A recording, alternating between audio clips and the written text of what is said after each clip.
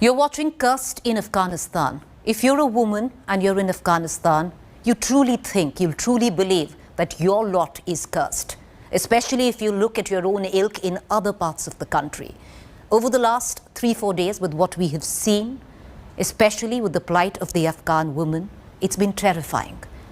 Women have taken to social media, women have taken to all kinds of platform to vent out their desperation, making calls, telling whoever they knew across the world that they needed help to get out as they saw their country's fate change in the worst possible way. Their life, their liberty, their dignity once again snatched. There was war. Bombs were being dropped. My father was killed there and a lot of my relatives were killed as well, and we had to flee. I was responsible for my children and I didn't want them to be killed. So I came here with my elderly mother. She huddles with her 3 sons and a daughter in a makeshift shelter in a camp on the outskirts of Mazar-e-Sharif. Her family is among the 330,000 Afghans displaced by war since the start of the year. This is a staggering statistic. 80% of those fleeing are women, children, babies among them. It's a dire situation, and we're urging, this is why it's so important that the situation needs attention. These people need support. The situation, it's very fluid and volatile. Mariam is an Afghan widow in her late 20s. She was a mere child when the Taliban had last ruled over Afghanistan. As a child, she had known the draconian Taliban diktats against women and girls. They had no rights and no standing in the society then. Now the return of Taliban means Mariam's preteen eldest son is the head of the family.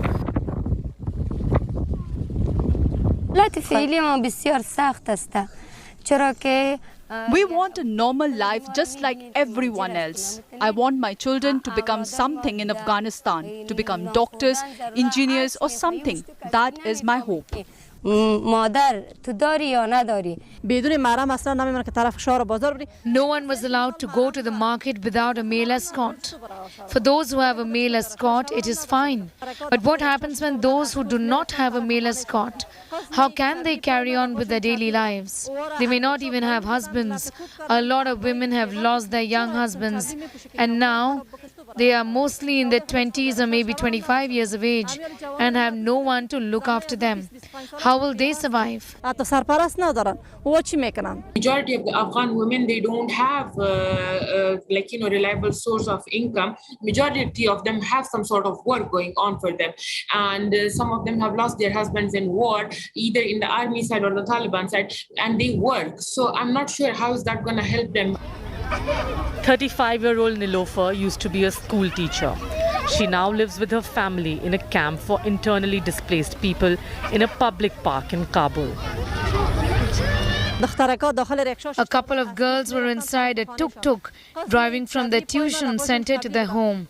On the way, they were stopped and lashed by the Taliban because they were wearing revealing sandals, and they were told by them that you are wearing these to attract young men. During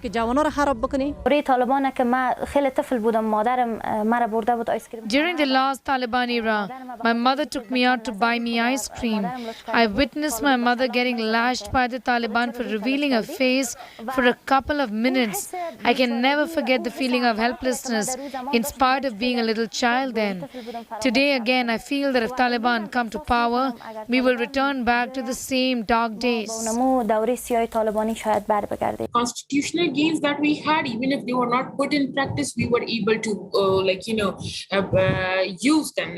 As for example, if you cannot vote in the rural areas, you could have voted in the city. If you couldn't access the school schools in rural areas. You could have accessed them in the city. These are something that makes me worried. The right to work, like girls in banks, they are sent to home and asked to send in their male relatives instead of them to fill in for their positions, which is so wrong because you studied all your life and just in one day you lose your job, your livelihood, and then a male has to provide for you, even if they are not related to you or they are just related to you by blood and they don't even care what you do. Afghan women, educated or not, working or housewife, all dread the imminent loss of their human status.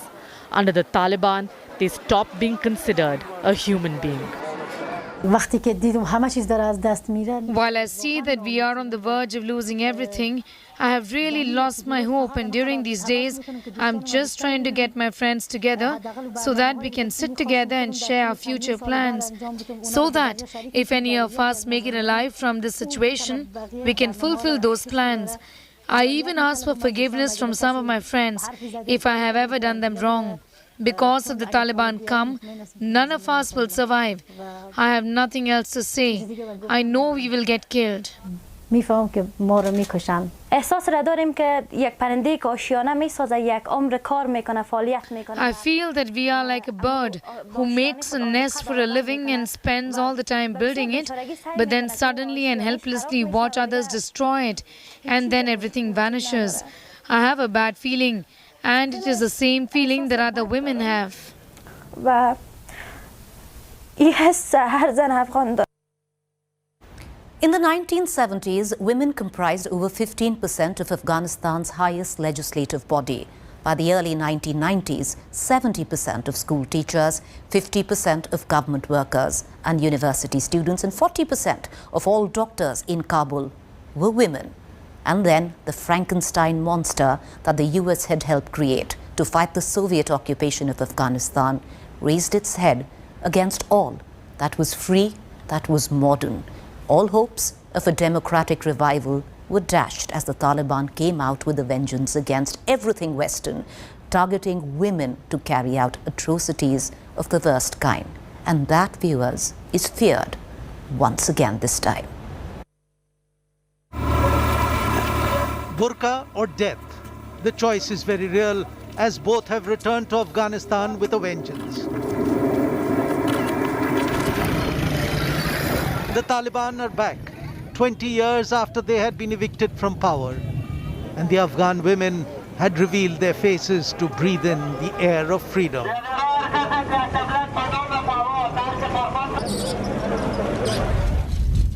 In the 1990s, when the Taliban had been the masters of Afghanistan, there were strict rules that concerned anyone born a woman.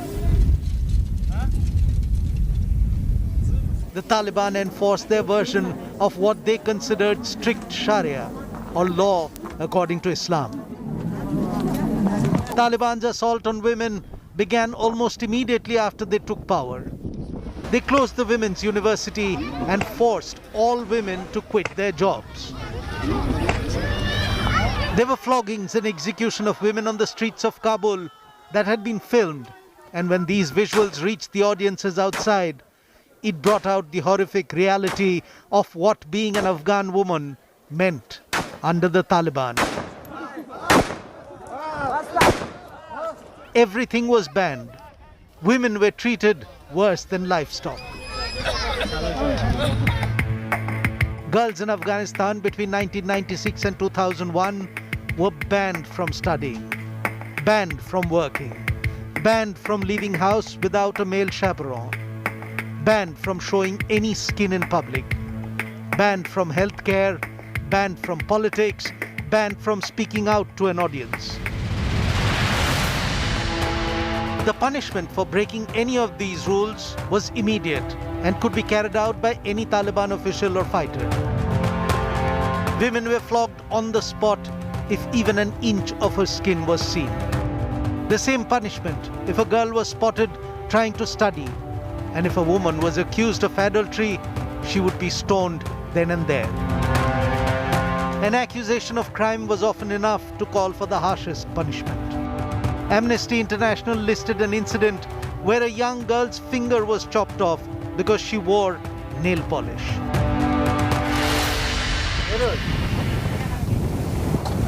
After 1996, as Taliban clamped down on Afghanistan, very little news got out of the country that was being forced back to the Middle Ages.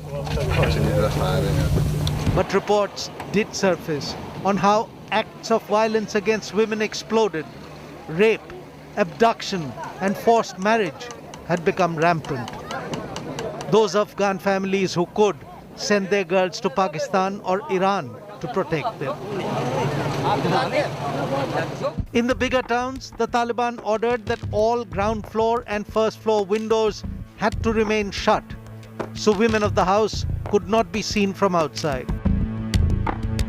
In Kabul, there were a few women-only buses which they could take. The windows of these buses were all covered so that the women inside would not be seen. Under the Taliban, women disappeared in Afghanistan. Without rights, without freedom, without dignity, and without hope.